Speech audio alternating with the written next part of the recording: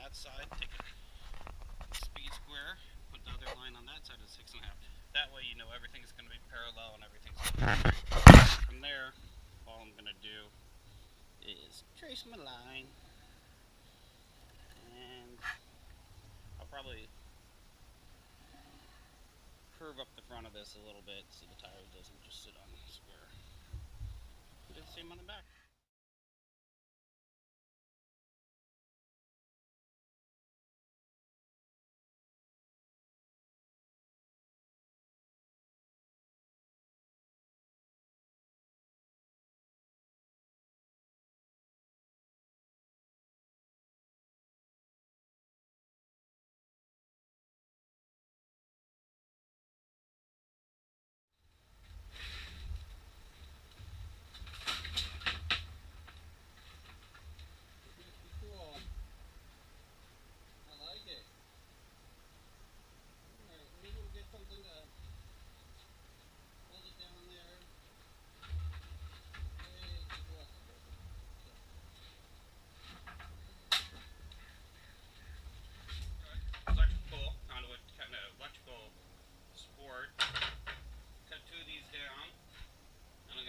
It up with this, stiffen everything up, and it should work pretty well, hopefully.